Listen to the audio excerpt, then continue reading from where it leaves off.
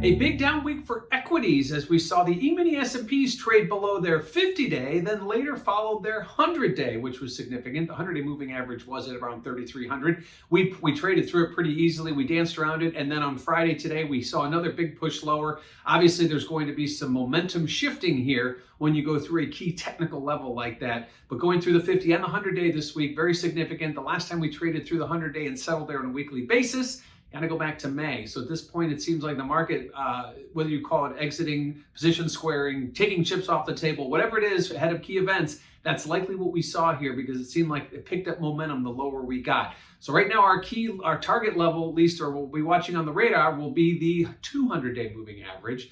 Obviously, that's a big significant momentum area that we'll watch. 31.25 in the E-mini S&P, so still a ways to go before we get there. But certainly we've seen, as we saw this week, these types of levels are very attainable, especially when everyone is on the same side of the trade.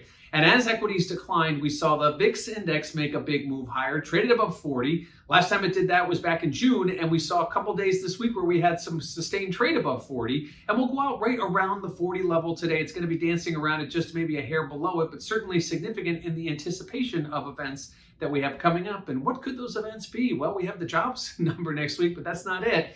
I think at this point, it comes down to two things. It comes down to the U.S. elections and it comes down to FOMC. Two major events, and actually the FOMC meeting might take a second fiddle to the U.S. elections for whatever that's worth. I think at this point, the election trade is more about getting some resolution, getting some clarity.